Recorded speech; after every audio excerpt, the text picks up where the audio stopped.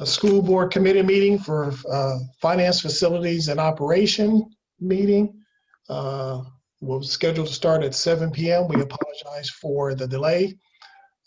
In regards to Zoom etiquette for procedural, we again ask that all of the panelists make sure that when talking, instead of looking at yourself, please look at your camera to eliminate any distractions during a Zoom session.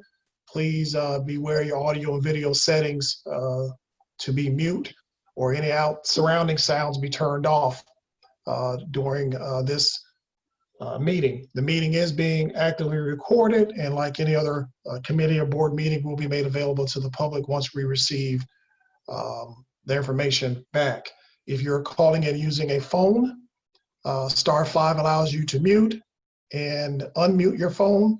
If you want to be recognized and using a phone, *9 allows you to raise your hand and be recognized. At this point, I received the communication from Ms. Kincaid that there were no people signed up to speak, Madam Chair. So at this point, I'll turn it over to you for call to order and start the meeting. Okay, thank you, Dr. Bedin. I will call this meeting to order, and if we could please have Mrs. Pitts do a roll call for us. Ms. Hogan? Present. Mrs. Denon? Here. Mr. Brophy? Here. Ms. Nyman?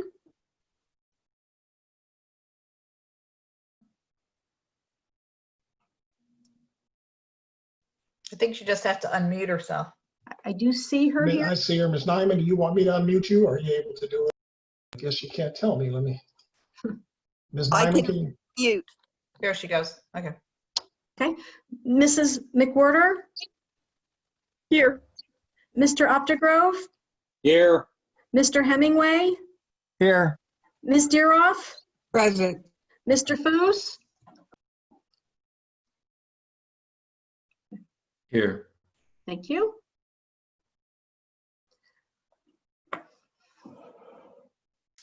Okay, next we'll have a pledge of allegiance and then a moment of silence. I pledge allegiance to the flag of the United States of America and to the republic for which it stands, one nation, under God, indivisible, with liberty and justice for all.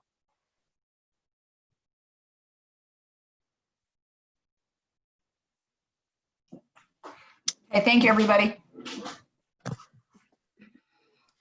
Okay, next, there's no public comment period. The next is the approval of the April 14th Finance, Facilities, and Operations Committee minutes. So if I can have a motion. McWhorter moves. Second. Hogan seconds. Okay, is there anybody, all in favor, please say aye. Aye. Aye. All Aye. opposed? No one is opposed, okay. All righty, we have approved the minutes. Next, we'll go to our presentations and discussions. Our first is Mr. Remig on bond refinancing parameters. We will need a decision from the board on this, so. Before we start, Ms. Denon, can I just Yes. make a Absolutely, go ahead. So we're really pleased that Mr. Remick could take the time to talk to us tonight. And I do want to point out something in this very fast-moving financial market. If the board recalls that in the weekly newsletter a week ago Friday, I had indicated that there really weren't any opportunities for us to meet the parameters that we had set at the April 21st board meeting. And since that time, Mr. Remick called me midweek last week and let me know that the actual taxable bond market is opening.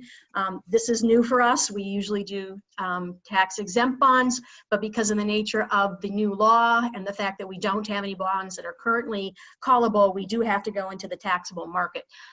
We will not be doing, there just wasn't an opportunity for us to do a private sale.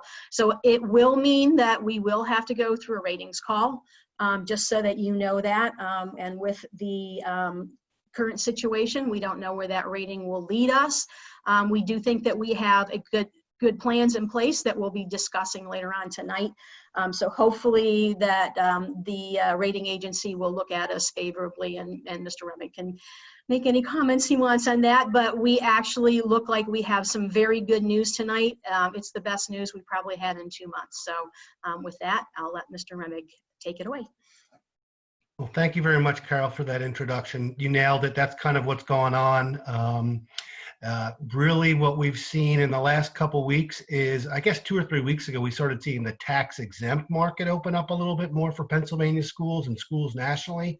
So that was a very good sign. And shortly behind that came the other market that you described, taxable market, Carol. So things do seem to be opening up.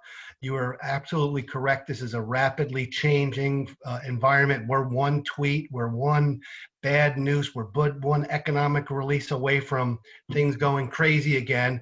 But all we can do as a school district and as a school board is to do what we can control to get you ready and prepared to take advantage of the market when it presents itself, and if we can do so. The first couple pages of my handout, and I believe it's up there on the screen for hopefully everybody can see, is we have the topics of discussion. We kind of went over this last time. The bonds that we're talking about refunding are your 2014, or a portion of them are your 2014 and 2015 bonds. We are looking at just doing parts of them, not them entirely, so as we can try and meet your parameters. We want to make sure we do an efficient transaction. We don't want to put all of our bonds in taxables. We want to make sure we preserve some future flexibility for you. But nonetheless, we're looking at those 2 bonds to do partial advance refundings of. So that's what that outline is. This is what was in April. We really didn't change it much from last time. This is the chart I've been showing that kind of shows you what I was trying to graph and I talked to you about in April. Was I think a lot of people knew and heard that the Federal Reserve had reduced rates and U.S. Treasury rates were really low. But what this was trying to demonstrate is how, if you go to just to the bottom chart, Carol, I don't know if you're controlling it or not, it showed you that while the Treasury rates were falling, municipal rates weren't falling as quickly and in fact crossed over. That still seems to be slightly disjointed right now, but it's certainly getting much, much better. In fact, tomorrow I am doing 2 transactions, one for Lewisburg Area School District that's doing a refinancing, similar credit rating to you. They're doing a tax exempt one. I'm actually doing for a district in Montgomery County, Cheltenham. We're going to do a taxable advance refunding tomorrow for a very similar set of circumstances as you. So I'm going to be right in that lane tomorrow, figuring this all out. And we're getting good feedback from the underwriter on that bond, who's also the same as yours. So I was on the phone as recently as 6:45 this evening talking about that with him. So that's a good sign. So I think we're in a pretty good place as of today. If you were kind enough to go to the next page is a page that you've grown accustomed to seeing from me. These are all your outstanding bonds, your principal and interest payments. And again, in the yellow, we've highlighted the 14 and 15 bonds. Those are the bonds. Excuse me, but could you enlarge that a little bit? It's hard to see.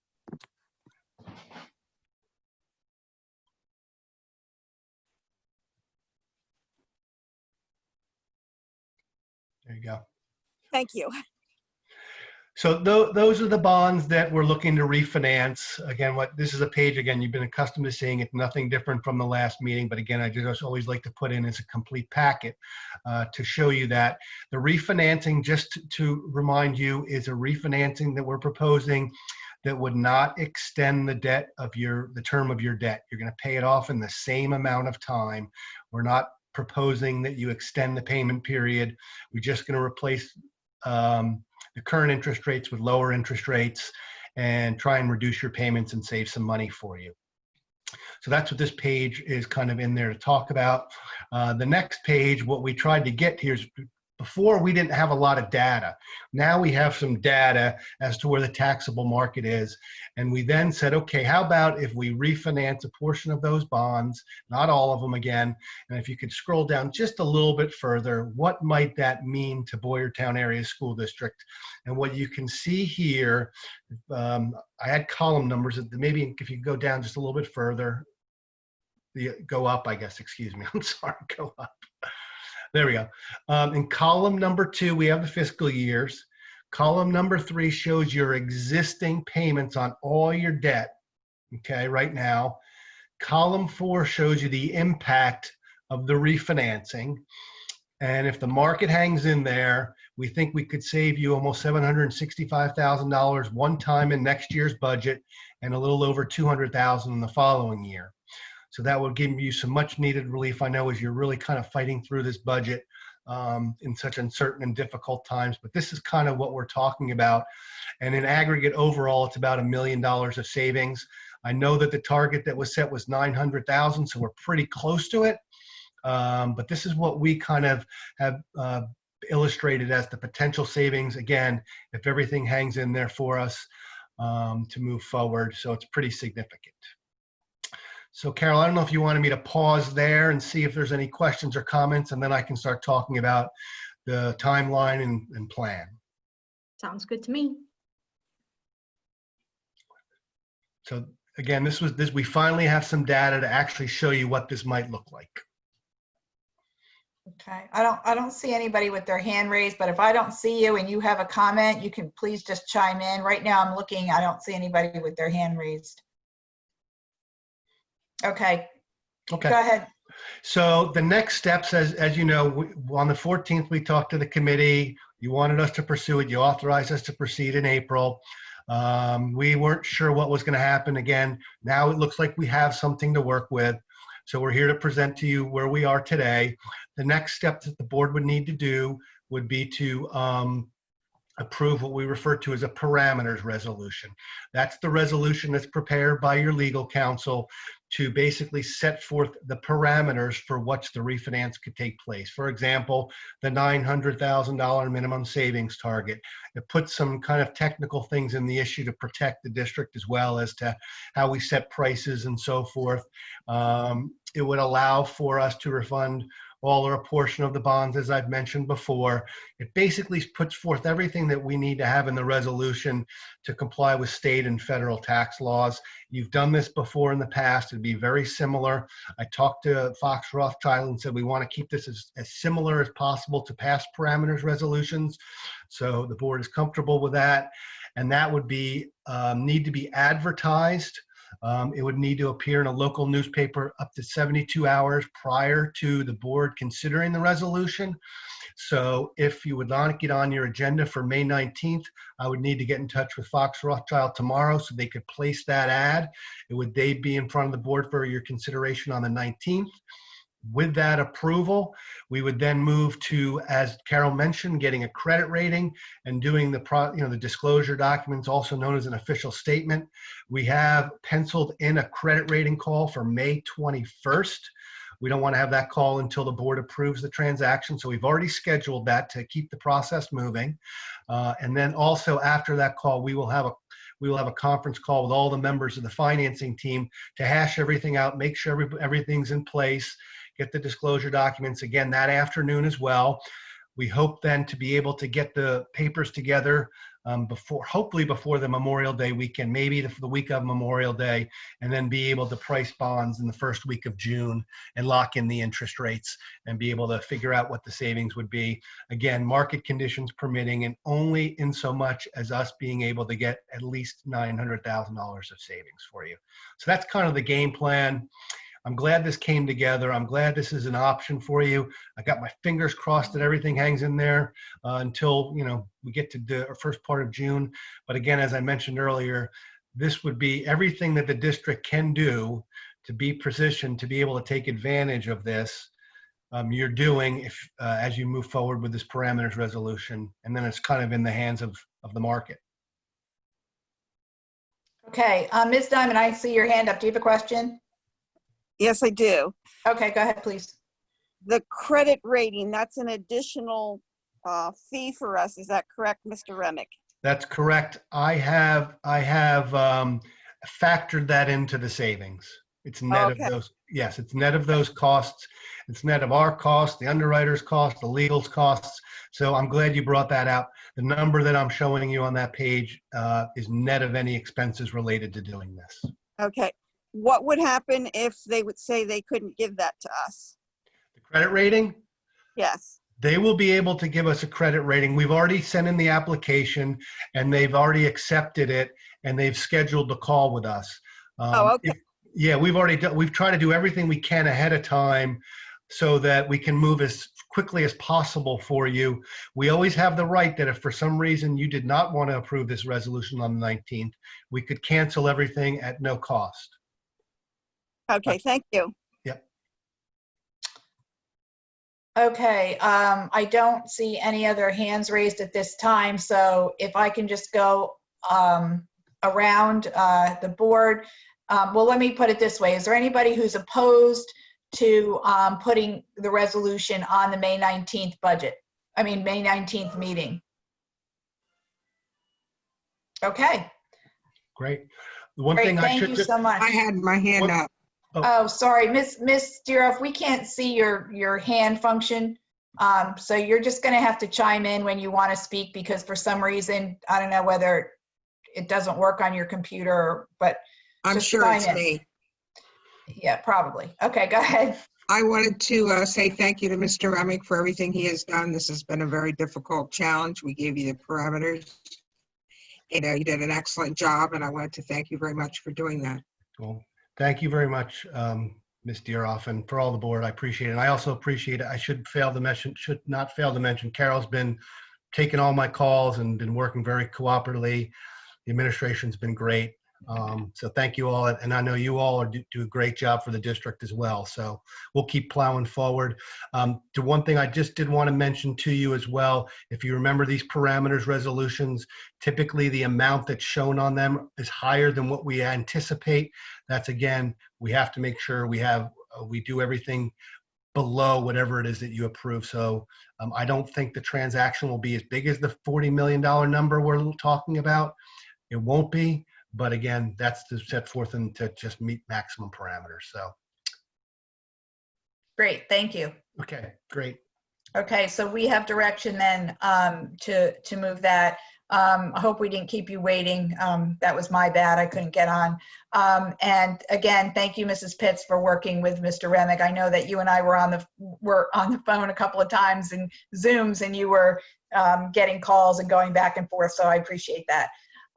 Okay, thank you again, Mr. Remick. Next on the agenda is the resolution for the ATOM project. Mrs. Pitts, do you want to take over? Sure. Yep. So what this is, as you recall, when we approved moving forward with the ATOM construction project, I reluctantly recommended that we take the negative change order of the maintenance building because that gave us the opportunity to use any unforeseen unused funds towards a debt service payment of that bond issue that was used to fund that program.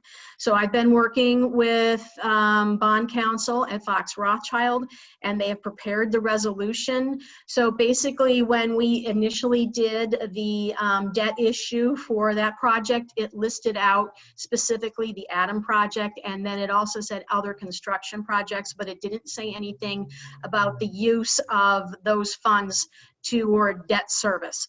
So what the bond counsel did prepare this resolution. What that will do is, even though all of the ATOM proceeds have been put into a construction fund, which is completely separate from the general fund, and the only way the general fund is tied to that is through the debt service payments, it does give us, during this very difficult, challenging financial situation that we're facing in 2020, the ability to pay, and I'm going to recommend, and this is what I've put in the adjusted budget that I'm going to present to you tonight, $300,000 of debt service to be paid out of from the proceeds of the ATOM fund. So that will give our general fund some relief for the 2021 school year. So this just gives us the authority to do that. So tonight we're looking for consensus from the committee to let us move forward and put this on the agenda for next Tuesday's voting meeting. Okay, great. Does anybody have any questions about this? Ms. Nyman?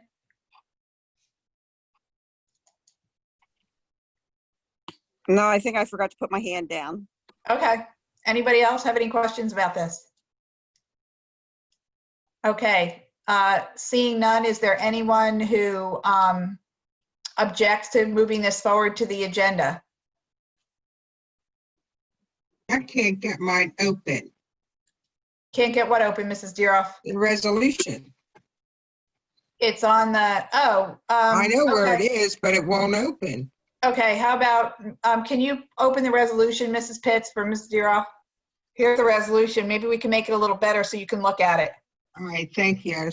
That's very good, thank you. Actually, Dr. Bedden is sharing his screen, not me. So I don't know if Dr. Bedden can do that.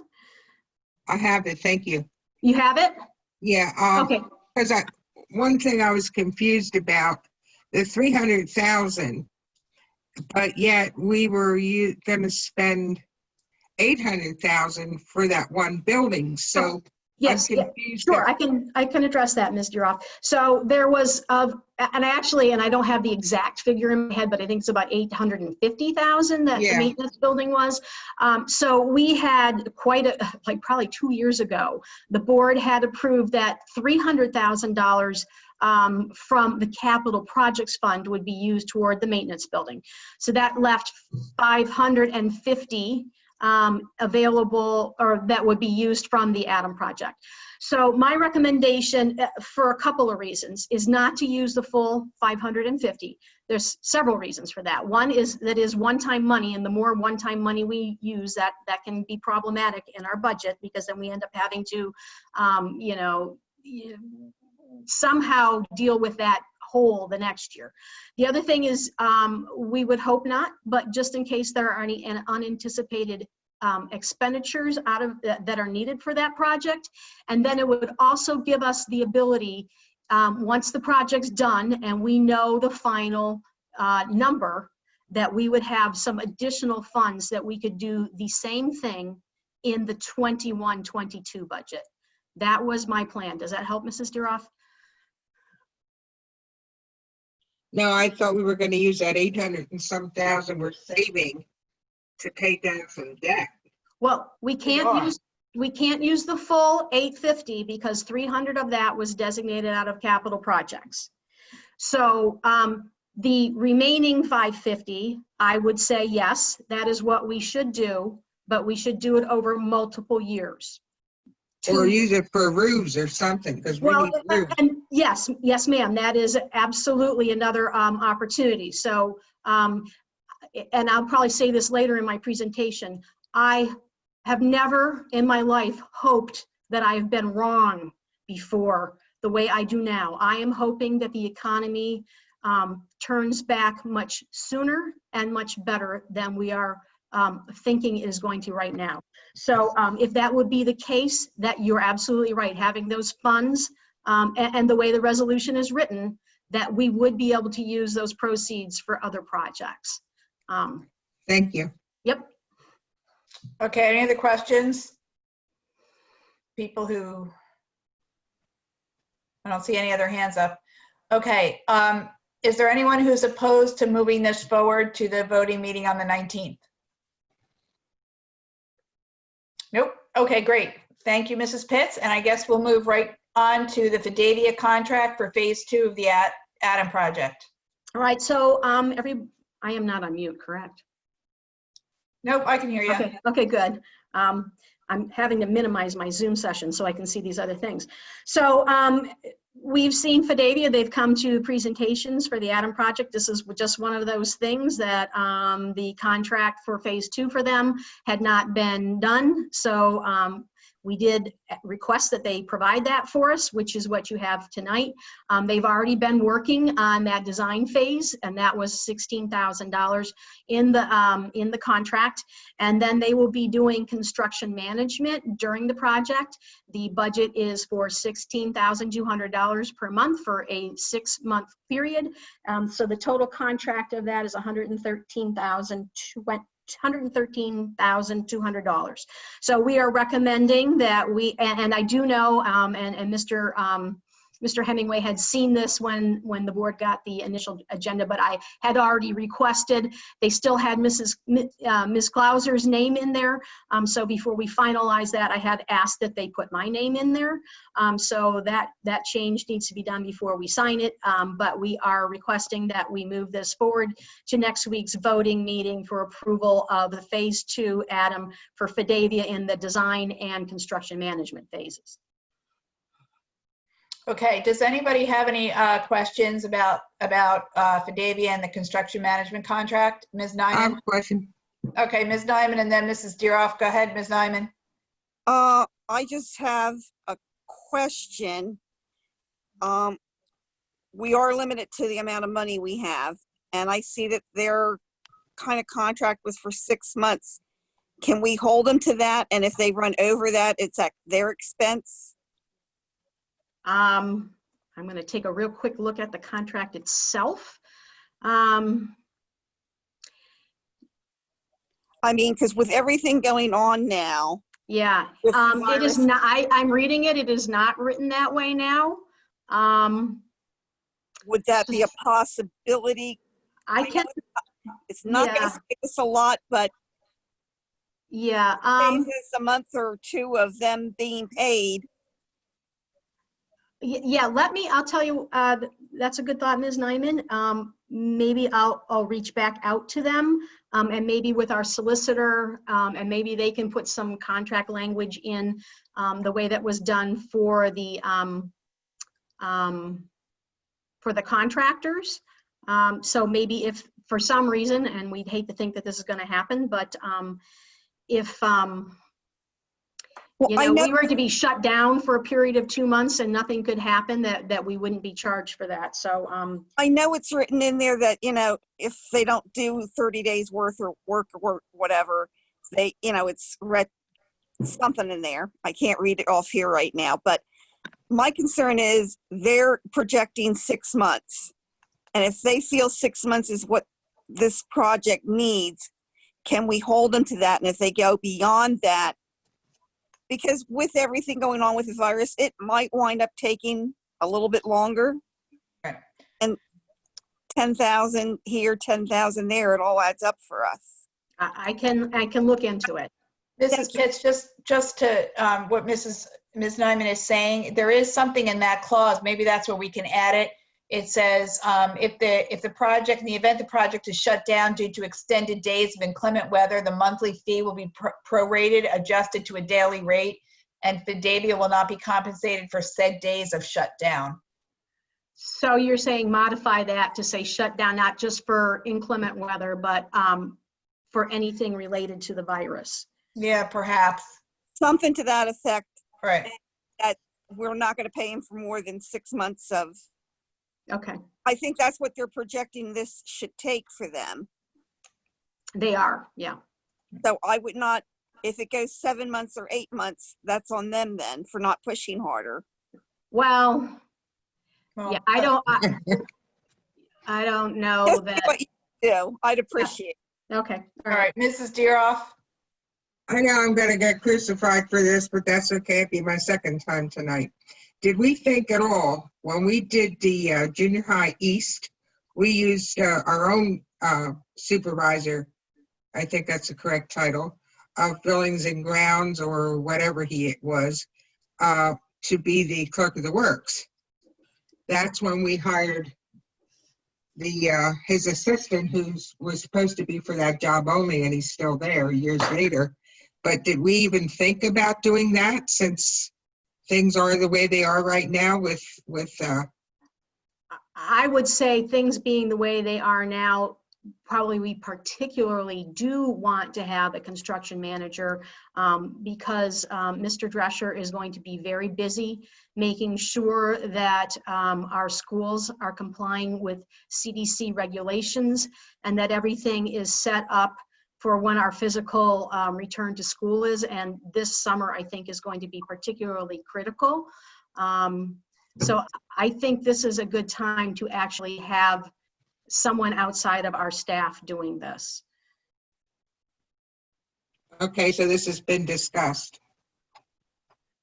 I would say we haven't discussed that in that detail, and that's why we have this committee meeting. Right. So, I think just the challenges that we are going to be facing, keeping our buildings safe for the return of school. And, you know, there's a lot of other things going on too. I mean, it's not necessarily, I know they're eager to get this project started as soon as possible. And we're still working on, you know, plans for returning teachers' property, returning students' property, and also we do have teachers that are moving from building to building. So we do have a very jam-packed summer for our facilities staff. So I really think that this is an important time to have somebody who can really focus on the construction management outside of our staff. Okay, Thank Mrs. you. McWhorter, did you have a question? I think Mrs. Pitts just answered it. So we're talking about an internal project manager for this project beyond. So I think what Ms. Deeroff is asking is sometimes you have a clerk of the works who is on your own staff, on your own payroll. We don't really, well, I'm not sure about the position that she's referencing, but right now, this is an outsourced construction manager. And sure, Mr. Drescher will probably be, you know, stopping by on that site probably daily, but that is not going to be his main area of focus over the summer. So Fidelia is a contracted service, if you will. And those other things that I mentioned, making sure the buildings are safe, doing the moves and all that, that would be done by our internal staff. I hope that answers your question. Sort of. We'll see what Mr. Hemingway has a question. He might get more out of you. Go ahead, Mr. Hemingway. My question is this part of the original budget or is Yes, this something? Yes, it was. Okay, I'm good with it then. And go I ahead. Yeah, I Mr. can't get my Brophy. hand up. My hand won't go up. So. That's fine. Just chime in. That's all right. Okay. Go ahead. Mrs. Pitts, what kind of reporting do we get back from our contract project management? Is it a monthly report, weekly report? Is it in writing or is it some sort of report? You know, how do we get a report back from them on progress, especially progress versus dollars spent? Do we get Okay. anything like that? Mr. Drescher is on the call, so I hope I don't want to put him on the spot, but I do see him there.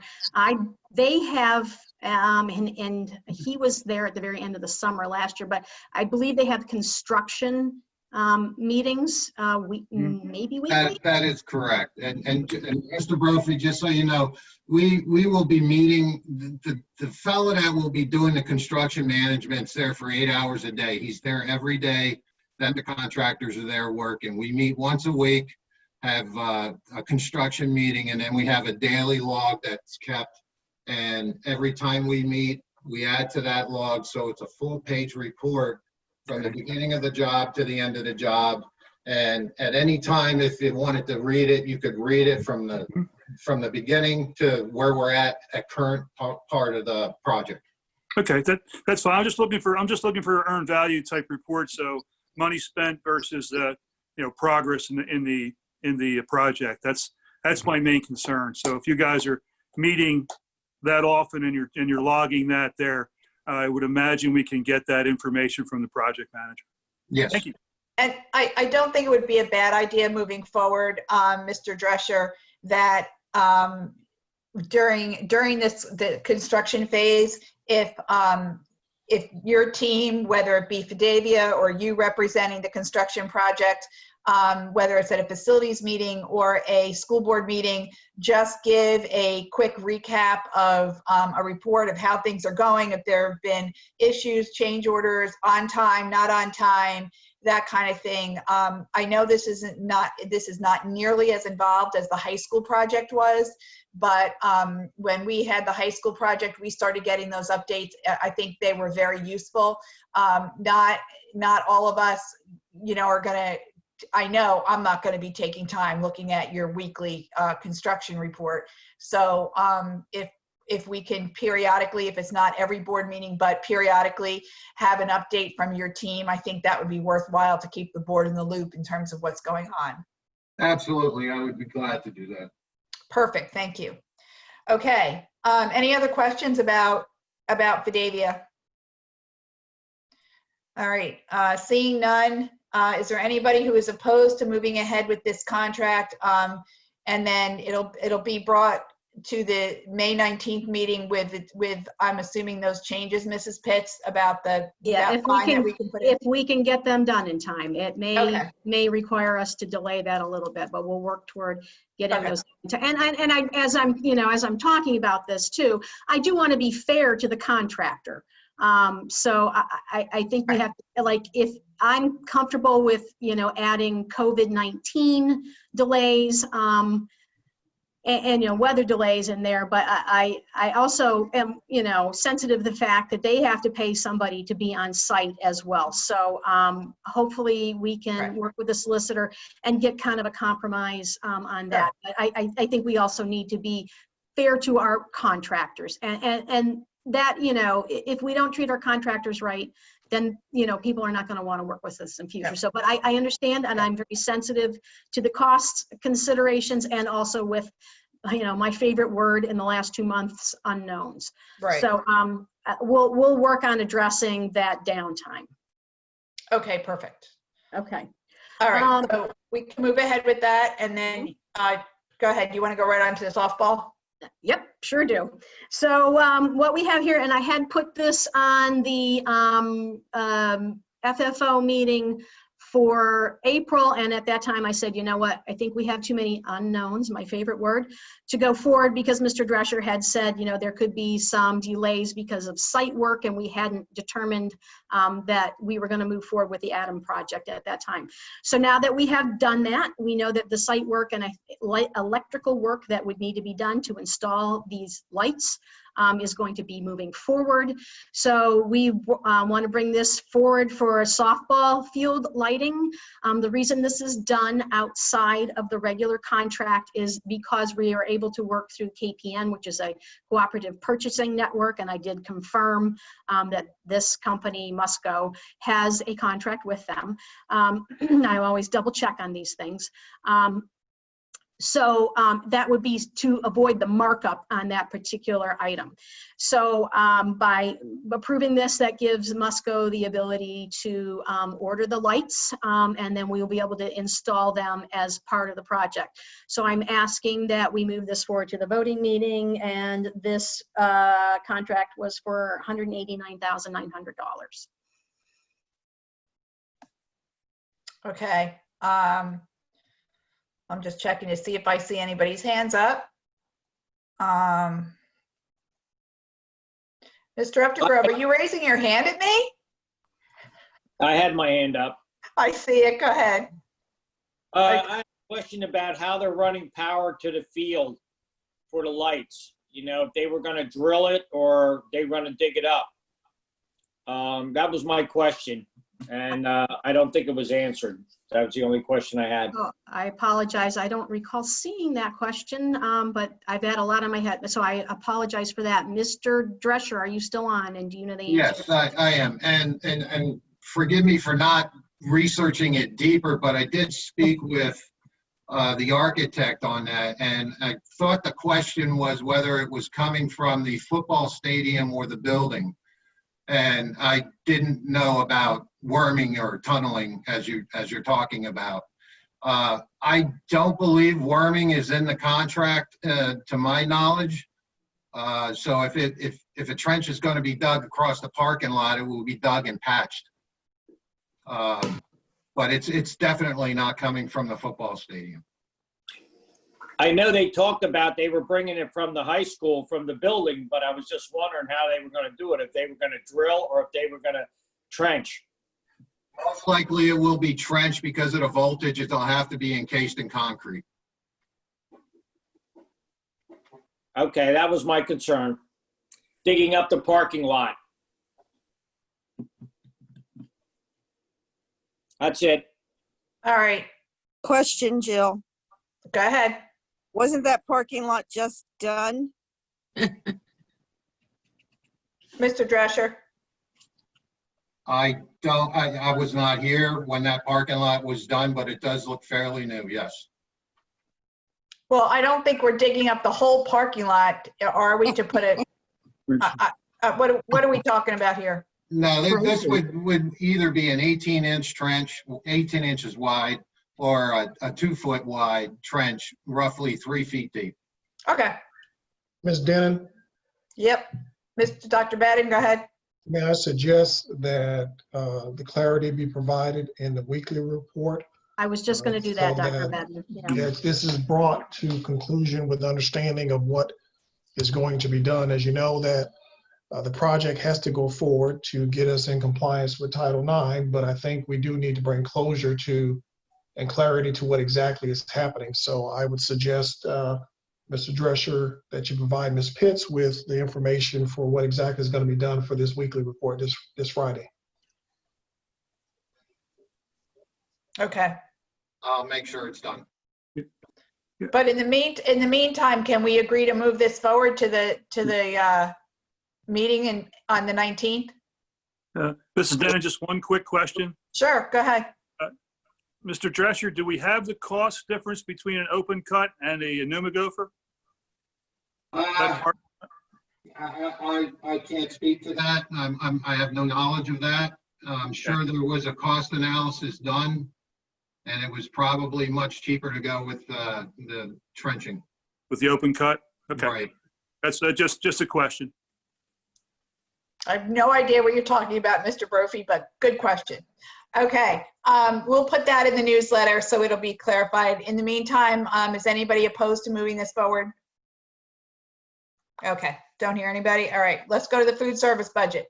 All right. Mrs. Clinton put together the 2021 food service budget using the parameters for her staff, for the classified staff. That's just for everybody else, and that would be with the base Act 1 index for the base rates. So you can look through her budget. I suppose probably what is most interesting to people is if you look at the very bottom of her budget, you'll see that there are no price increases required for the 2021 year, and I think that's very good. I will say that there is, and I have the notes somewhere, and I don't remember where I put them. Mrs. Clinton told me what it is, but you have to send in to the Department of Ed whether you have a positive or negative fund balance in your food service fund at the end of December.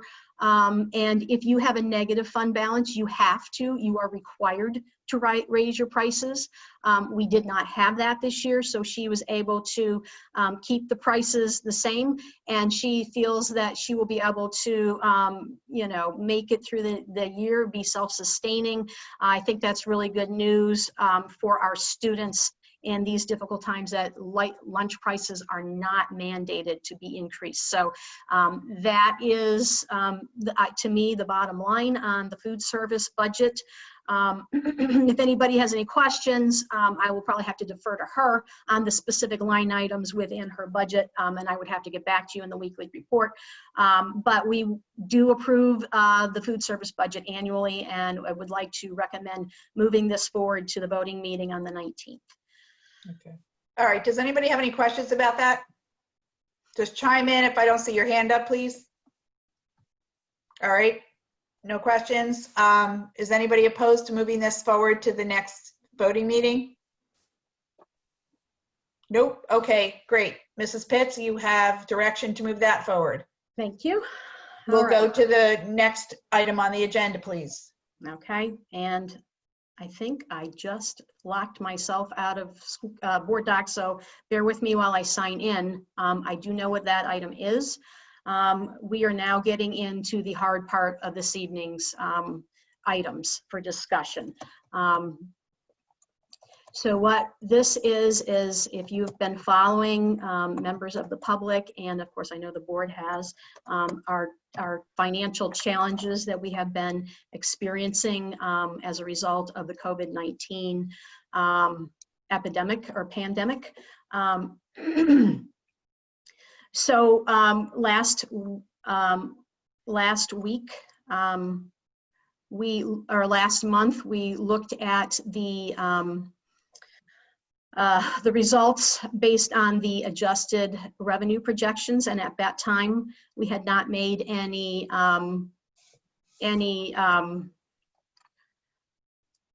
changes to expenditures. So in the meantime, we have been looking at everything that we can possibly look at. We have already tried to be very fiscally sound. Most of the areas where we feel that we could change, we have changed. So we're down to looking at salaries and benefits. And this is something that we absolutely would not be recommending, would not be even looking at if it weren't for the economic downturn that we are anticipating as a result of COVID-19. So what you have before you is one option of things that we have looked at, and this is a resolution for non-renewal of our temporary professional employees' contracts. One thing I do want to say, and I cannot talk very much about it tonight because we are still in negotiation, but I did want everyone to know that we are working with our Teachers Association to look at a similar solution, but we can't talk about that too much. So what you see tonight may not be what you ultimately will be looking at next week. So we are hoping for a little bit of a change, but this is the information that we have now, and this is to help address our budget deficit. If you remember from the April meeting, even with a tax increase to the adjusted Act 1 index with no changes at all, we would have been looking at an approximately $3.8 million deficit.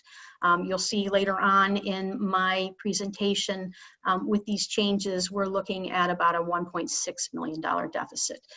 So this is not an easy thing for us to recommend, but given the fact that we do need to balance all of the considerations of our district, our students, our community and taxpayers, our staff, and as well as the long-term fiscal health of the district, this is the method that we are recommending to go forward. And I'm sure there'll be some comments and questions on this very important item. Madam Chair.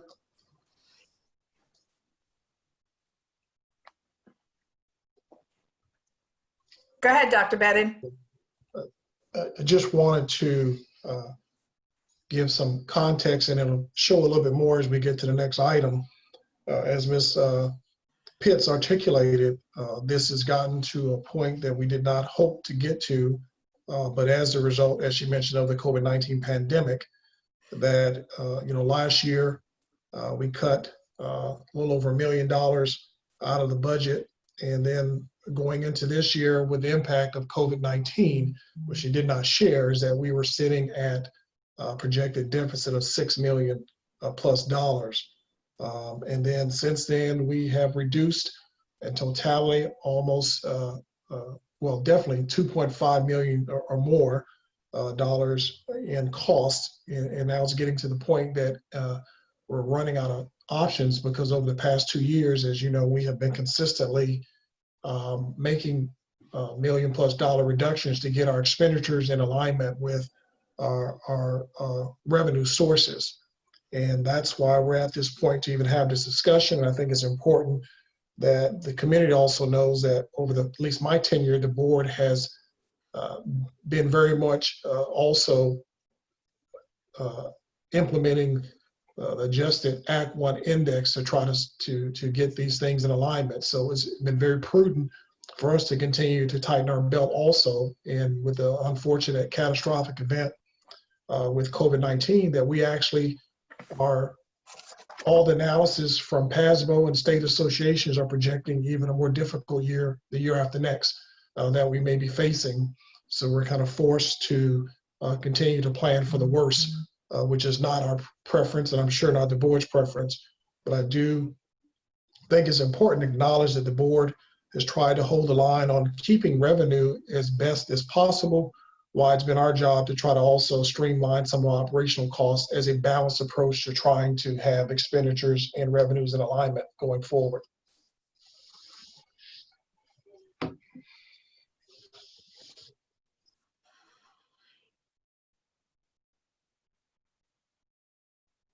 Okay, thank you, Dr. Bedden. Let me see if anybody else has their hands up or wants to make any other comments regarding this resolution.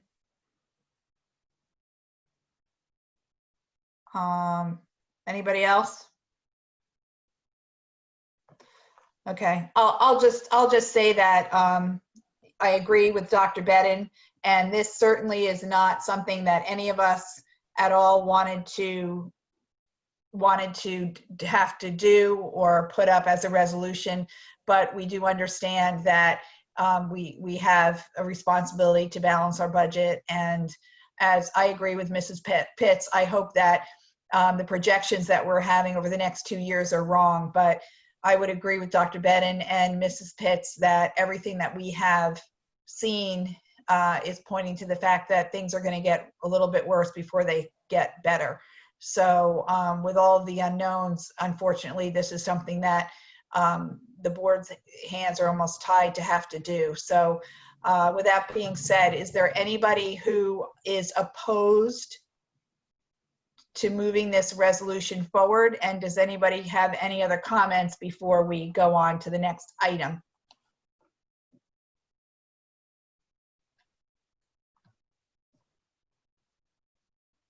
Okay. All right. Mrs. Pitts, I'm not hearing any comments, so I will take that as yes to move it forward. And we will go to the 2020-2021 budget update. Dr. Bedden, did you want me to share my screen? You can. I can see if I can give you rights if you want to Okay. go and navigate yourself. So that's fine with me. Hold on. Okay.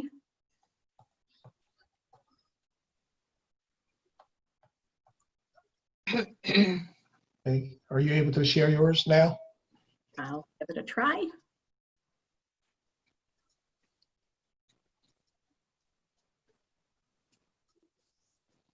That looks like I am. Is everybody seeing my budget presentation? Yes. If you could make it bigger, it'd be nice. Okay, let me, I'm going to put it into slideshow view. And does that help? Thank you so much. Sure. Okay, so what we are looking at, just as a reminder for the timelines that we have, our budgets in school districts must be approved by June 30th. We don't want to wait that long because we also want to get our tax bills printed and out to our taxpayers in a timely manner. So currently, and you'll see a budget timeline at the end of my presentation, we are looking at approving our final budget on June 23rd. Our proposed final budget must be on display for 30 days before that. So we are asking that we put the proposed final budget for approval at next week's May 19th voting meeting. So what I have tonight is an update of where we are. There have been some changes to the revenues from what you saw last week. Not a huge total change overall, but what we did get on May 1st was the amount of tax relief that we'll be getting for the state that helps reduce our tax bills. And that amount is $1,771,648. And that equates to, with the homesteads and farmsteads that report that we also received on May 1st, calculates to a tax bill reduction of $144.44. That is increased from $143.35 from the 1920 tax year. So you'll see previously it had looked a little out of alignment from when you did a year-to-year comparison because the tax relief was still sitting in the real estate tax line. That has now been moved down to state revenue. One other area that we also adjusted, and that is in the state revenue, is based on some of the salary and benefit changes that we made, that there were some changes to the FICA and PSERS subsidies that we receive. So that is primarily what you're seeing on the revenue pages. So now we're looking at the expenditures, and this is where I made the major changes from our last meeting. We had talked at one point, and I do want to let you know that it is included in this budget, about moving our staff nurses from being outsourced back into being employees of the district. And so that is in there. That's about a $38,000 difference between the net to the fund balance, between them being outsourced and them bringing them into the district. And there would be a subsidy for their FICA and their PSERs tied to that as well. So that is the only increase that we had in there from the previous one, as we discussed on the resolution, to allow us to use some of the proceeds from the general obligation note of 2019 that was used to fund the Adam project. We were able to reduce debt service in this year. My recommendation was to use 300 of that, as we had discussed, in this year, looking at if it's necessary, using some of the other remaining proceeds in the following year, or as Mrs. Giroff had said, that maybe then we could use it for another construction project, depending on what the financial situation of the district is in the 21-22 school year. We also had originally in the budget, there had been a study done on our classified employees, and it identified some compensation inequities, and we were planning to address those inequities initially. And I always say I did that budget presentation on March 10th and fully was anticipating that we would continue to move forward with that. But we're looking to defer that compensation equity plan. The net savings to the fund balance is $121,080. And I was thinking about this when I was preparing for my presentation. The economy, when we were looking at the compensation equity, was very different than it probably is going to be next fall. We had very difficult time attracting custodians.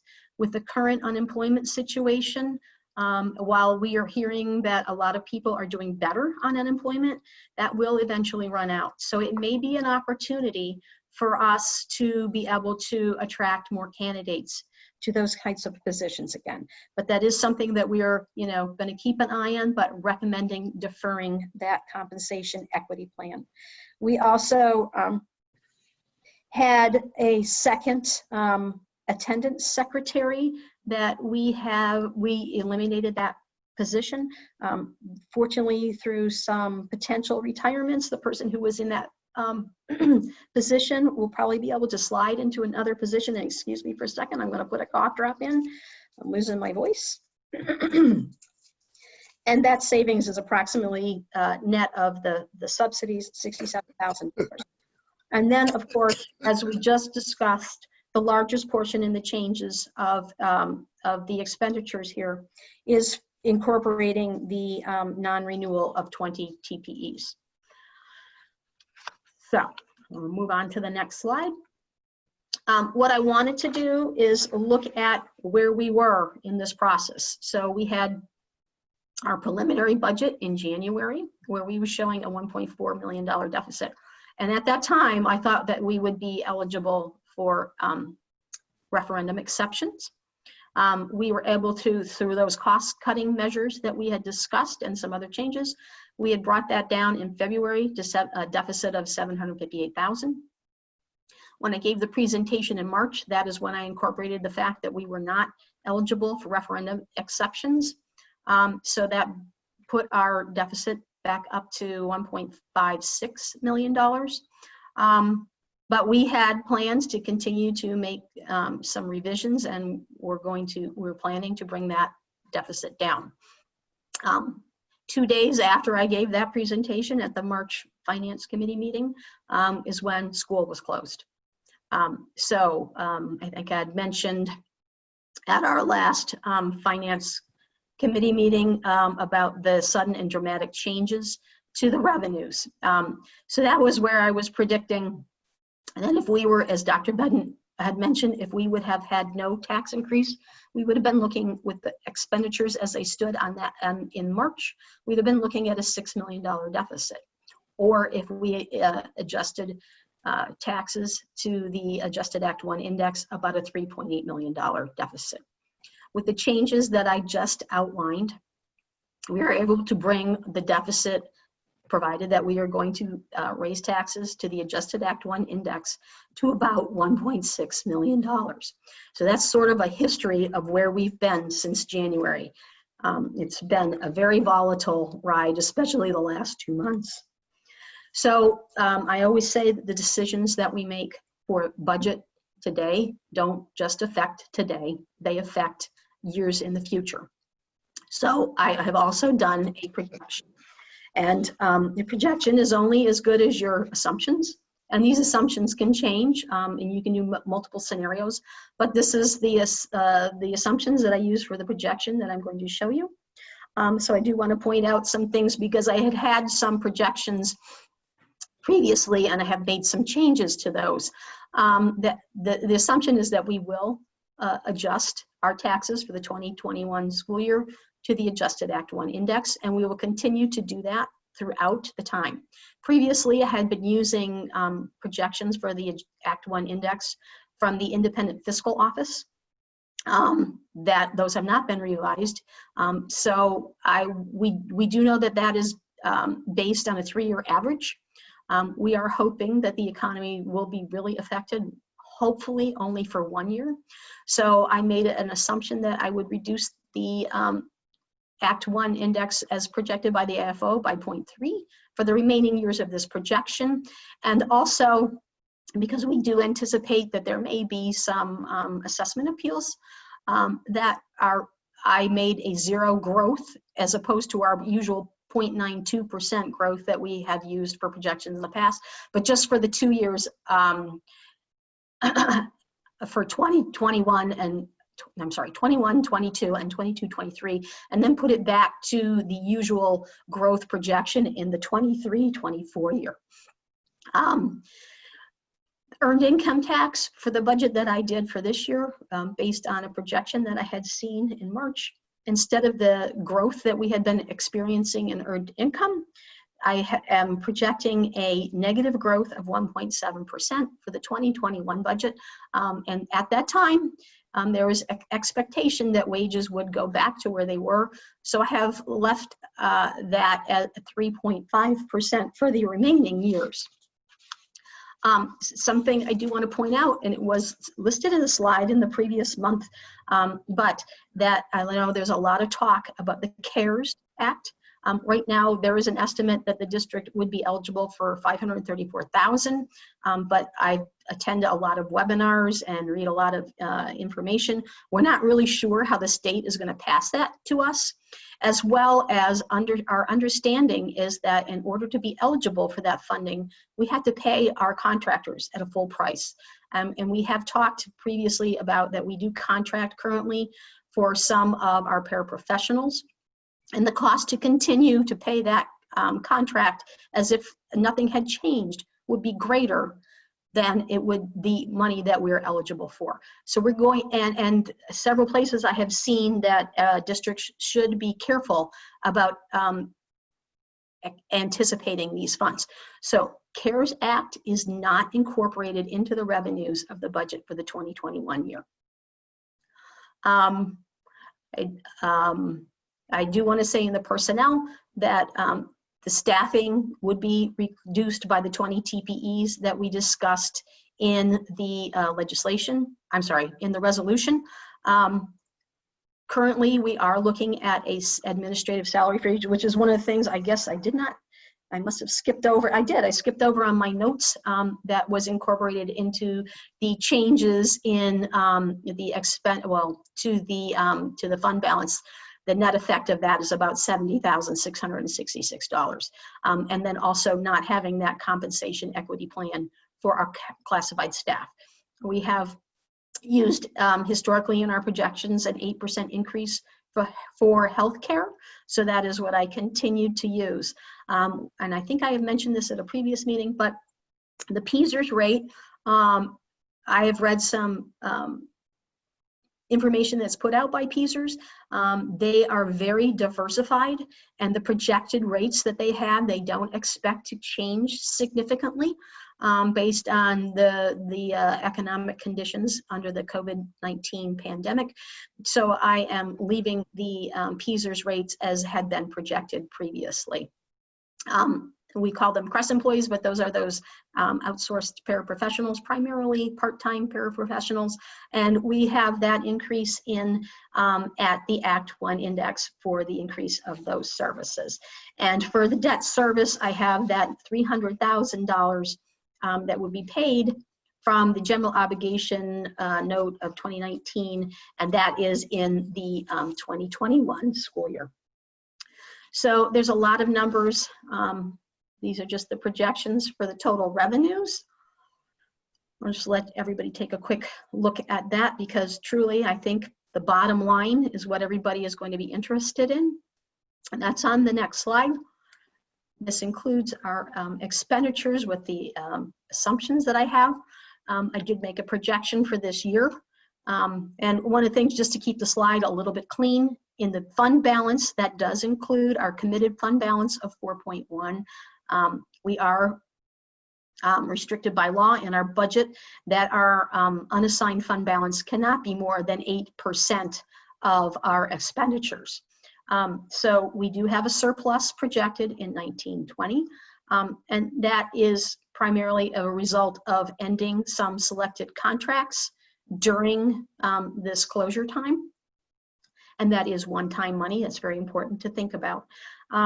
And if you look at the deficit, is that 1.6 million that I showed earlier.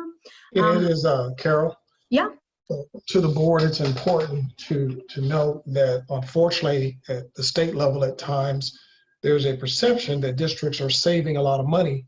And in truth, that's not necessarily the case. As Carol pointed out, we were in this position with our surplus only because of cutting certain contracts, or else you could imagine that 1.6 that you're seeing for next year actually would have been higher, significantly higher. And as you said, that's one-time money.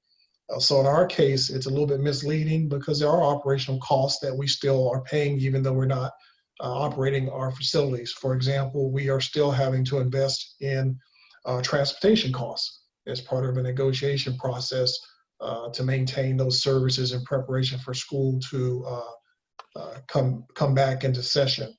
But I just want to highlight that because you may hear a lot of legislative conversation around that at the state level, that in many cases districts are actually in some cases spending more money because of PPE and other requirements. And in our case also, the federal assistance that was talked about doesn't help us. It would have actually cost us more money with all of the requirements to accept those monies. Yes, right. And that goes to one of the biggest impacts to our revenue budget was the anticipated reduction in our transportation subsidy. I've talked with our solicitor quite a bit, and it is my expectation that because of the way everything has been structured, that we will not be eligible for our full subsidy. So I did reduce that by approximately $911,000. Now, I will say right now, that is only in the 2021 school year. So I put the subsidy for transportation back to what I would have anticipated it in. So, and one thing you need to know that the subsidy that we would receive in 2021 will be based on how the transportation. Oh boy, my screen froze. So let me get my headshot there. We do anticipate that to come back in, but I'm going to say again, my favorite word, unknowns.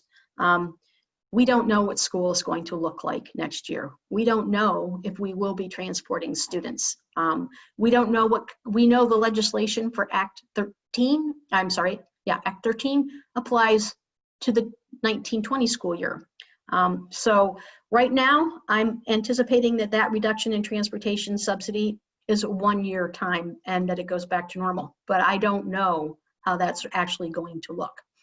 So I do want to look, we color coded the percent of expenditures and the fund balance. Where it's green, that says that is actually above that 8%. Now, do remember that you have to take into account that currently we have $4.1 million in committed fund balance. So even though it says 8% in the 22-23, depending on what we do with the committed fund balance, that may actually be less. But then when you go out to the 23-24, we're well underneath that 8%. So again, the decisions we make today do affect what happens. And again, the assumptions are that we will continue to raise taxes to the adjusted Act 1 index. So that is what we're looking at there. So the tax increase that we're looking at, it goes from the current year of 27.33 to 28.2. That's a 0.87 millage increase, which is 3.18. We actually could, we are allowed, our adjusted Act 1 index is 3.2, but because of the decimal places and rounding, it turns out to be 3.18. So I did put in several values of homes just to see what that increase would mean to a household at those assessed values, how much it is for the year, and how much it equates to for a month. And just so you know, I did use that homestead file, or the two homestead files, because we have two counties. So I get Berks and Montgomery. The average assessed of the homesteads, not all of our properties, but our homesteads, was 135,718. And in Berks County, it was 115,606. And in Montgomery County, it was 154,104. So my next slide is reminders of some things and some considerations. And again, there continue to be many unknowns, not just for 1920, but also for 2021. We're doing the best with the information that we currently have. Again, I'll point out that I am anticipating that we will not be eligible for our full transportation subsidy in 2021, based on our current understanding of the law. And that the current understanding of the CARES Act funding is that we would have to pay more to our contractors than we would to be eligible in order to get the funding. Now, one thing that is not included in the expenditures, and you heard Mr. Remick say it, we hope that the market will continue to be in our favor until we are able to go for the final bond sale in early June. So until we have some more comfort that that is going to happen, that change has not been made in the expenditures yet. Again, that is an unknown. We are working on renegotiating the transportation contract, both for the remainder of 1920 and for the 2021 year. So there may be some changes to the projection that I have for the current year, as well as the budget for the 2021 year. That unknown that I just talked about, what is the 2021 school calendar going to look like? Are we going to be in virtual school again next year? Will we have to continue to address social distancing issues? How does that look in a classroom? Will we have to have alternating days? We have a lot of unknowns for what's going to happen next year. Currently, we are assuming that we're going to go back to school as usual. And there's still legislation out there pending. So we are waiting for the results of that, and that could change our final budget depending on what may be passed. So what we're doing tonight is for next, as I said, that timeline, looking to use these as presented tonight, putting that as our proposed final budget on the voting meeting for May 19th. I have the millage there of 28.2. One thing that I did not discuss earlier, but I have it in our recommendation here, is that historically we have offered 3 installments to our taxpayers. And we know that this is challenging for them as well as for the school district, and we're not insensitive to that. So we do want to have an option for our taxpayers to be able to have 4 installments instead of 3 to help pay out or spread out their tax payments. And so we're looking to put this and have this budget as is on the May 29th voting meeting. And my last slide is a revised budget timeline. We had already done the earlier for the preliminary budget. The original calendar would have been that we would have been adopting the proposed final budget tonight. With the rapid change and everything that we needed to do, I did ask that we push that deadline back. That is why you see all those changes on our board meetings. So we changed the 12th to be tonight's FFO meeting, and that the voting meeting is delayed until next week from our original schedule. And also, we had originally planned to adopt the final budget on June 16th. Again, because of the timelines, moving that out 1 week to give us just a little bit extra time to make the changes that we need to make. So that concludes my update on the 2021 budget.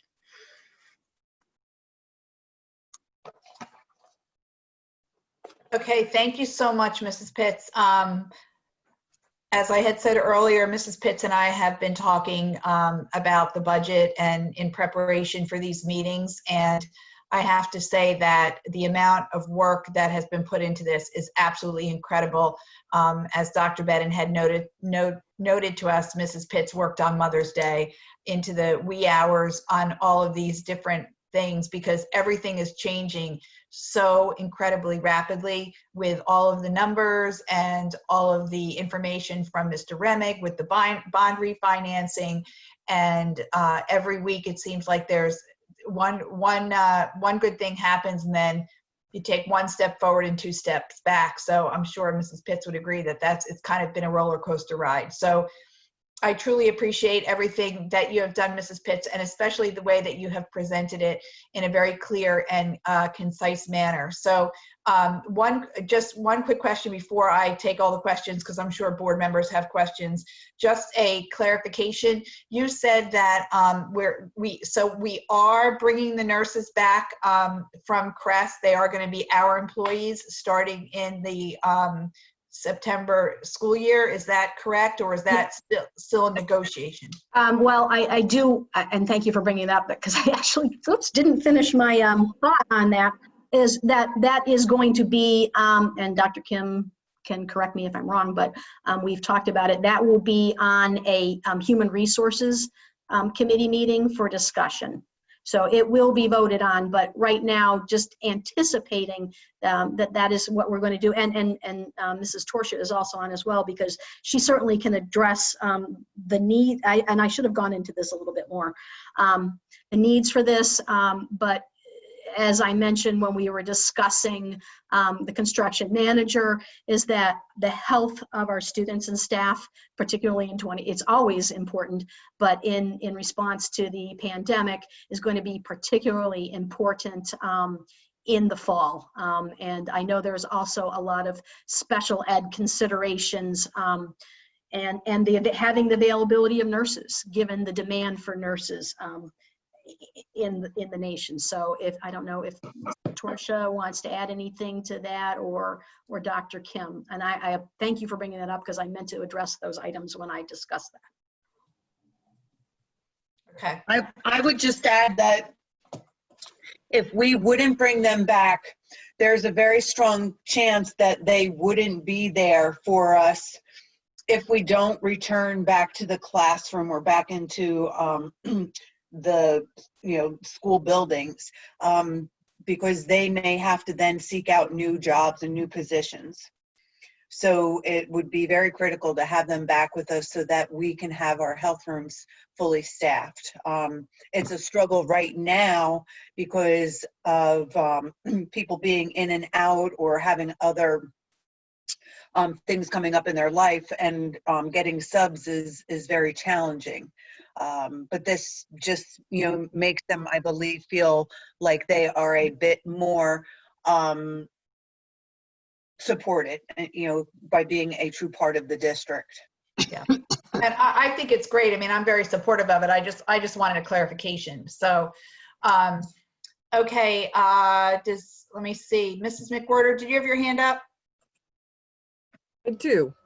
Okay, go ahead, please. So I don't necessarily have any questions directly. I just wanted to thank Mrs. Pitts, because every time we sit down and we go through this, I have learned so much in the past 5 months about school budgets, and I appreciate her insight and what she has shown us and dealing with all of the unknowns. And I know that we go into next year with a lot of unknowns, and things are probably going to change as we move along. And I appreciate her transparency and openness with all of this. Okay, thank you. Yes, thank you. Anyone else have a comment? If you can't raise your hand or you don't know how to do it, just chime in, please. It looks like Mr. Foose has one. Okay, go ahead, Mr. Foose. Yeah, similarly, I wanted to thank Mrs. Pitts because there's a lot of really tough topics with some difficult choices, and amid a lot of, as she kept repeating, unknowns. And she's been working really diligently around the clock, also responding to all of our questions, and working with Mr. Remig to try to find additional savings. There's just so much that she's coordinating and moving parts, and I really appreciate her attention to detail and the hard work right now. I think we're really fortunate to have her during this time. Thanks, Mr. Foose. I do realize I actually probably from earlier may have missed one, and I really apologize anytime that I don't get an answer. It's more just because there's so much going on. So I just, if we don't get an answer to you, please ask again. And one of the things that I've been saying is that I hope that I can extend as much grace to everybody else in all these unknowns as I would like to have extended to me. So, and I appreciate your kind words. Okay, so it doesn't look like anybody else has any comments. So before we move on, I'll just echo that again. And I think that this budget has had so many unknowns, and there has been shared sacrifices on everyone in the district coming together to try to see how we can make this as painless as possible for everybody. So again, I do appreciate it. What we need now is we're going to be moving this forward to the May 19th meeting. So if this is the time in this meeting to if you have any issues or any problems with the budget, or some things that you just think are egregious and you can't support, or this is the time that we can kind of work those issues out. And if people do not have any issues, then we're going to assume that the board is in support of the budget being put forward by the administration. So again, I would just implore anybody who has any comments, questions, or concerns to ask it now. And if we don't have any, I just want to know if there is anybody opposed to moving this forward to the May 19th voting meeting, where we will adopt the final proposed budget. Preliminary, I guess it's the preliminary budget, right, Mrs. Pitts? I don't know what the wording is going to be. Proposed final. Proposed final, correct. And then the final vote will be on the 23rd, is that correct? 23rd of June, correct. Okay.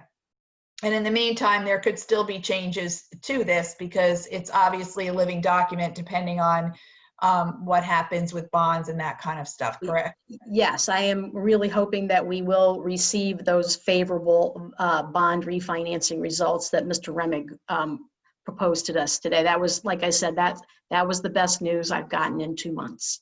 Mm-hmm. Yep, absolutely. Okay, so I will ask again, is anybody opposed or wants to make a comment?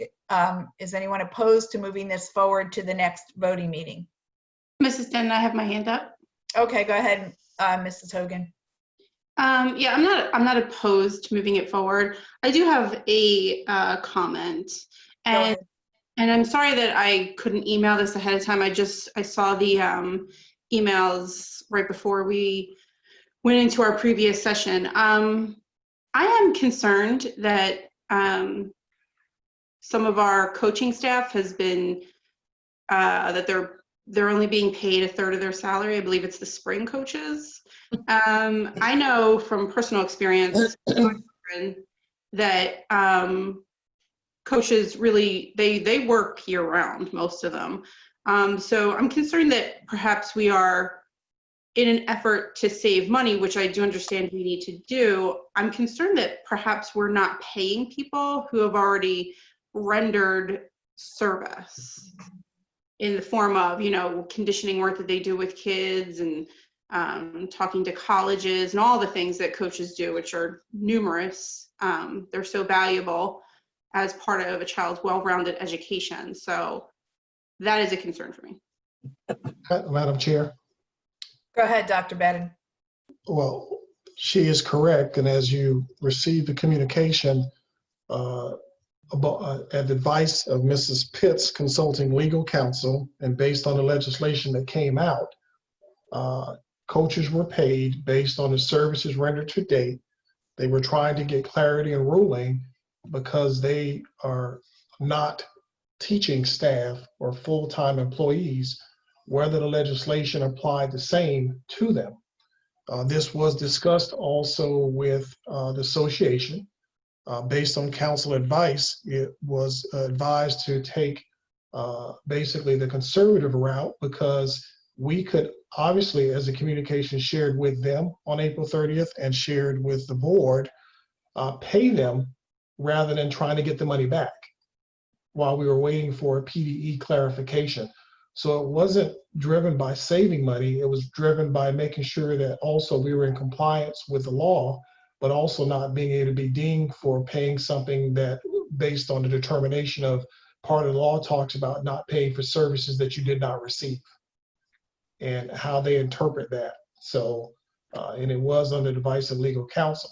Now the board has the right to say, go ahead and move forward, understanding that we thought it was worse to have to go back to someone and say, you got to give money back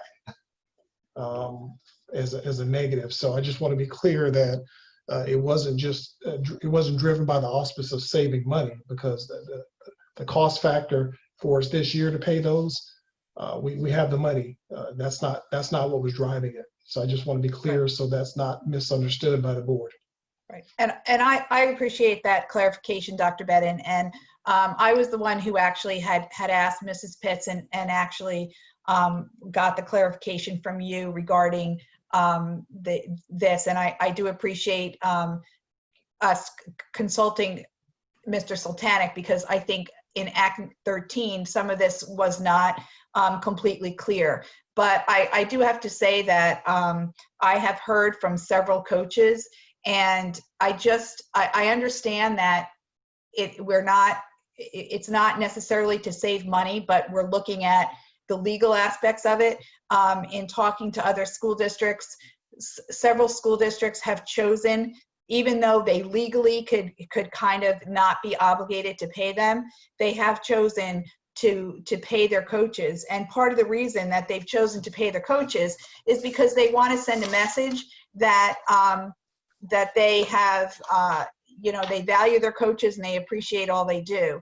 And in talking to several coaches this week, I have to say, I did not realize, I knew about running because my son was a runner, and I knew how incredibly valuable his coach was. I did not really was aware of what other coaches do in other sports.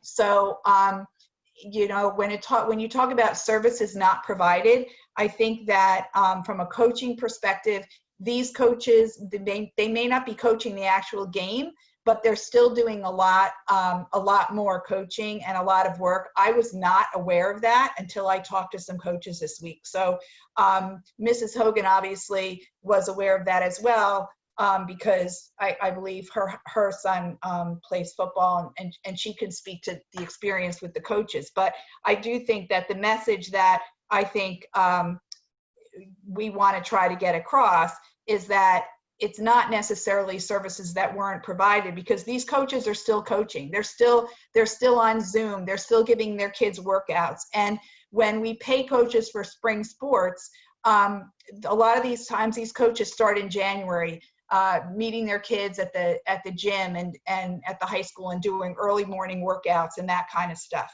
So I think that, you know, I'm just concerned about the message that we are sending, because I know other school districts said, well, we decided to pay our coaches as a goodwill gesture and, you know, just to show their appreciation. And this is a really, really difficult time.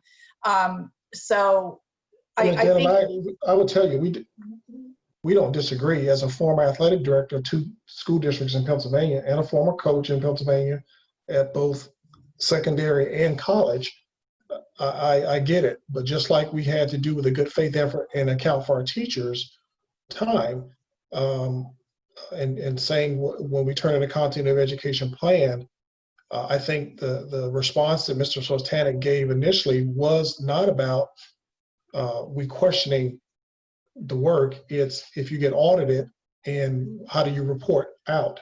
Again, there are several things that districts have done that he doesn't agree with their other district's decisions. So we typically try to, as the board has advised, and he's one that's going to have to defend us, follow his guidance. I think he has recently said, you know, he gave his opinion. He can go either way. And again, that's why I said at the beginning, if the board wants us to go that route, we were just following the advice initially of the safe route, which is give them what you can attest to, and while we get a ruling and an interpretation. Now, I think it's probably taken longer than what we had hoped to get that response regarding how that's going to be viewed. I could suggest to you that the athletic director could very well probably provide Mrs. Pitts something, because I'm sure there are coaches doing. I don't know how much all of them are doing, but I know that there are those who absolutely do work, because there's more to being an athlete and participating in actual game day practice, to your point. So I don't disagree with that. But again, if the board is comfortable, it's not a money issue that we don't have it. So I want to be clear about that. It was following guidance that was provided, and we're more than happy, unless Carol tells, Ms. Pitts telling me there's something that else that I'm not aware of in this process, other than that was what they were operating under. We have no professional or personal issue with if the board is comfortable with us moving forward, is what I'm saying. Moving forward, it's taken longer than we thought of getting a determination. Sure. Right. Well, and from what I understand from the legal guidance is that you know, it was really up to each individual school on how they wanted to interpret it. And like you said, there could be more guidance from PDE. I think the original guidance was that anybody who was approved for a contract by and was being paid as of March 13th had to be continued to be paid as long as they were employed by the school district. So I think that's kind of where the coaches came from. Again, I think that the message that I just wanted to get across, and I spoke to the track coach who's been there for 45 years, and you know, when he talked, he said it really is not about the money. Because they understand, and the coaches I talked to said they absolutely understand that this is a very, you know, tenuous situation. So it wasn't about that. It was just about, you know, did they, if there was a choice involved, you know, why did they go this way? And again, I don't think coaches follow budgets and know everything. And I had some long conversations with them, but from a legal perspective, I'm under the impression that we could do the third, or we could pay the full amount and then possibly again be doing something that wasn't going to be covered. And I didn't get that from the solicitor that we absolutely couldn't pay them. So I just wanted to bring it up. I know Mrs. Hogan was concerned as well. And I just wanted to bring it up as a discussion to see what other board members felt. But I learned a lot in talking to coaches this week that I didn't know. So, Ms. Hogan, was there anything else you wanted to add since you brought this topic up? Sorry, yeah, sorry, I lost my connection, so I That's okay. missed a good deal of the conversation. I did hear Dr. Bedin say that it was done with legal counsel because of possibility of audit. That was correct? Yes, that's what he said. Yes, because there was a conversation about Act 13 and how it applied. So when that letter went out, we operated on the advice that was given at that time to us. And again, we're fine going either way because it's not a financial issue. Right. As I understand it. So, but we operated under the guides that was given to us at that time, and whether or not it fit up under Act 13 guidelines.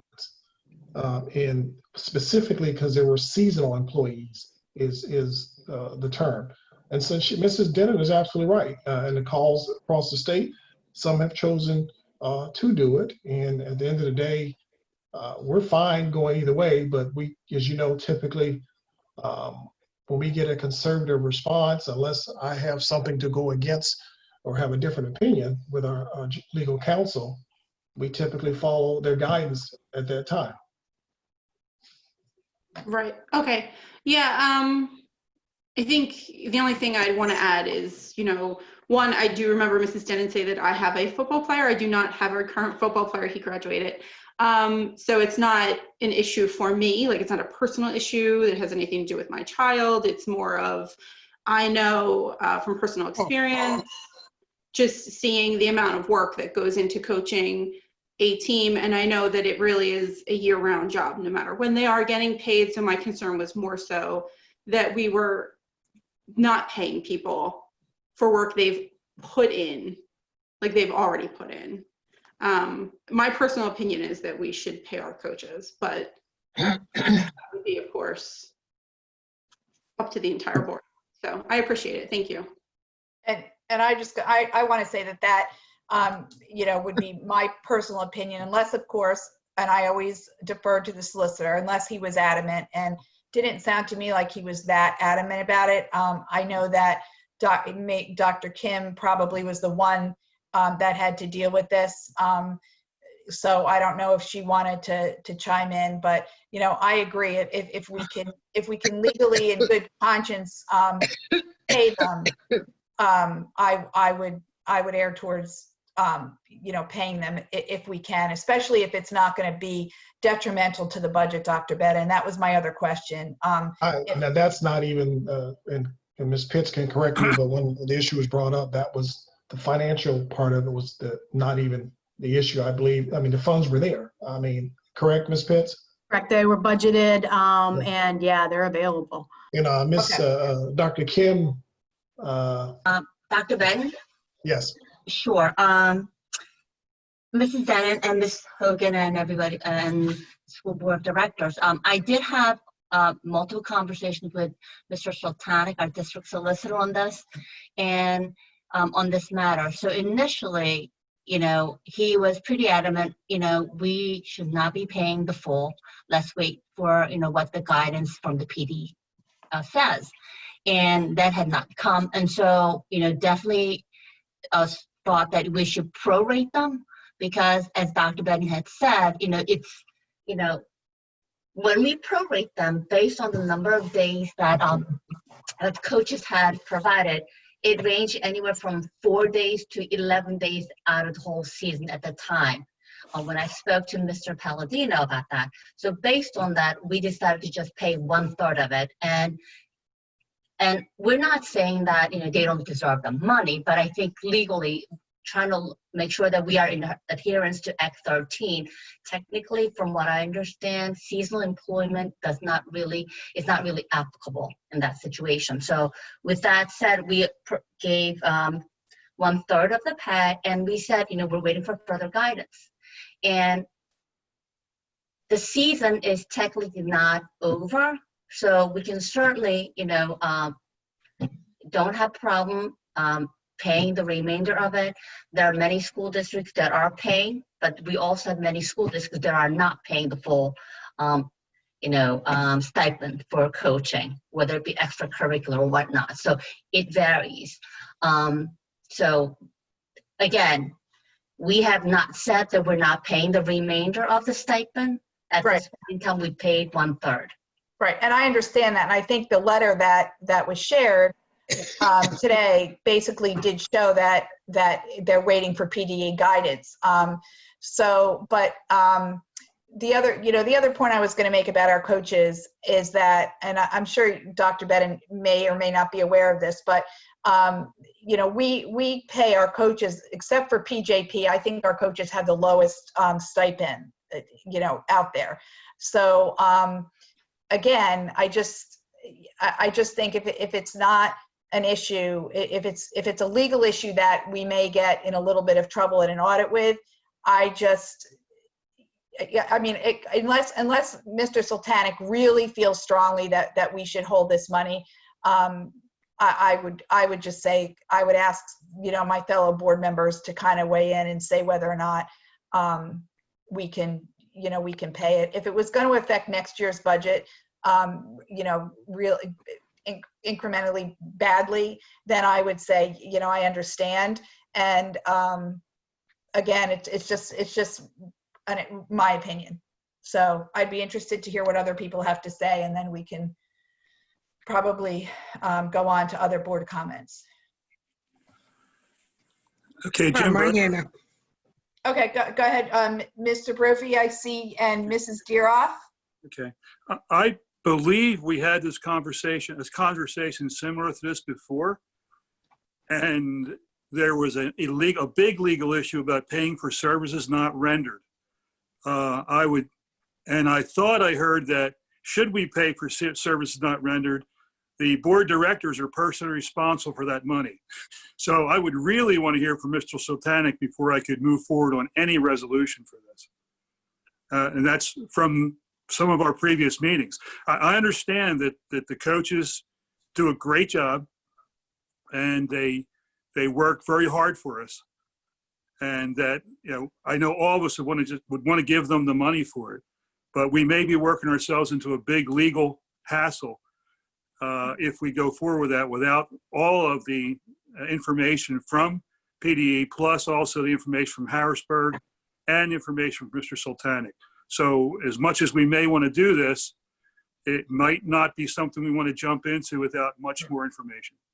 Well, and I think absolutely you're right. And I think that maybe we can get some clarification from Mr. Sultanic for the board members, because I don't think, I do appreciate that he's been working diligently with Dr. Kim, as she's been working hard, like the rest of the administration, to try to navigate all of this legal, because there's so much legalities involved in the personnel issues. So, Dr. Kim, I appreciate all the hard work and all the phone calls back and forth.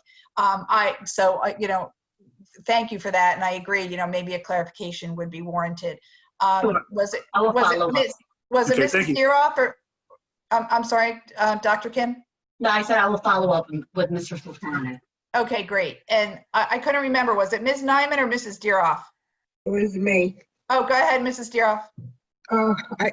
Basically, I was going to say what Mr. Brophy did, and I appreciate Dr. Kim checking this all out. And I know we discussed it before, so I don't even know why it came up tonight.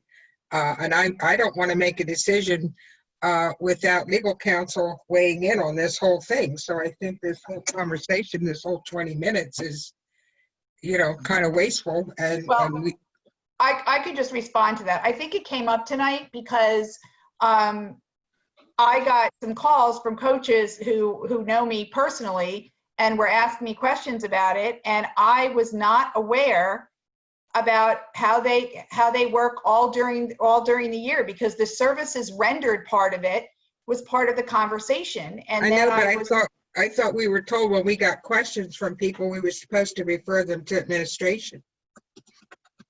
Well, it was a conversation, Mrs. Deeroff, and I did refer it to administration. I did ask clarifying questions, and that's why we're discussing it tonight in public. So yes, I did. And just like you get calls from all kinds of people all the time, once in a while, I get calls. It's rare, but I got right, calls. But I know we discussed it before. One of the calls I got was my son's track coach, who he's still very close to. and he's very passionate. So, And that's fine, but we discussed this all before. okay, no, we really didn't, because I was not under the understanding about what was services rendered, and I wanted a clarification. So if no one else has any other comments about it, then we can move on to other board comments. Thank you. I have a comment. Go ahead, Ms. Nyman. I understand, and the coaches are great and everything, but how can they be doing anything right now with the students with social distancing?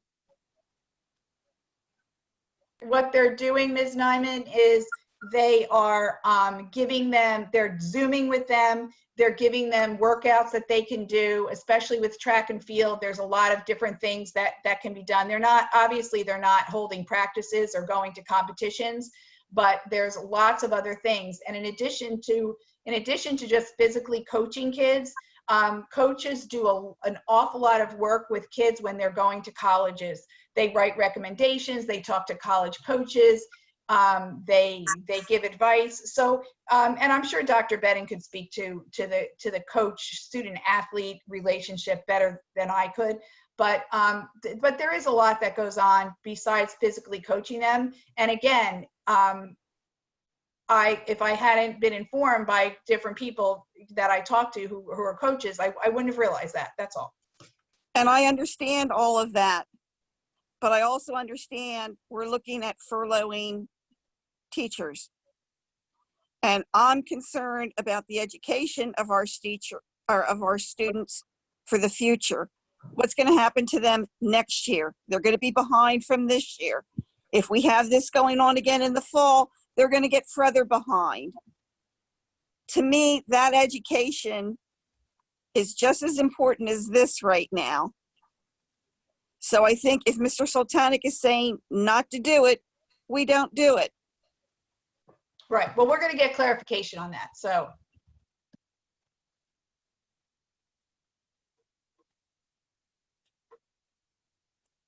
You're on mute. Any other board comments? I've had my hand up. Go ahead, Mr. Hemingway. I didn't see your hand.